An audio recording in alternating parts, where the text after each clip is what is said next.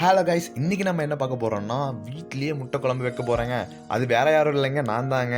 அட ஆமாங்க, நானே என் கையால் முட்டை குழம்பு வைக்க போறேன். அம்மா இன்ஸ்ட்ரக்ஷன்ஸ் கொடுத்துருக்காங்க, அதை வச்சு நம்ம பண்ண போறோம். ஃபர்ஸ்ட் ஸ்டவ்வை நல்லா பற்ற வச்சுட்டு பக்கத்தில் இருந்த குண்டாவை எடுத்து அதை அப்படியே மேலே வச்சிட்டோங்க. நெக்ஸ்ட் எண்ணெய் ஊற்றணுன்னாங்கன்ட்டு அதை கொஞ்சம் கொஞ்சமாக ஊற்றிட்டு இருந்தோம். இதெல்லாம் பார்த்தா அது அப்படியே ஊற்றுறா அப்படின்னாங்கன்னே அப்படியே கமுத்திட்டேங்க. கமுத்தி முடிச்சதுக்கப்புறம் எண்ணெய் காஞ்சதுக்கப்புறம் கடுகு போடணுன்னாங்க. கடுகு எடுத்து அப்படியே அலக்க போட்டால் படப்படப்புன்னு வெடிக்க ஆரம்பிச்சிருச்சு. வெடிச்சு முடிச்சதுக்கப்புறமா நறுக்கி வச்சிருந்த வெங்காயத்தை அந்த எண்ணெயில் போட்டு நல்லா வணக்க ஆரம்பிச்சிட்டேங்க.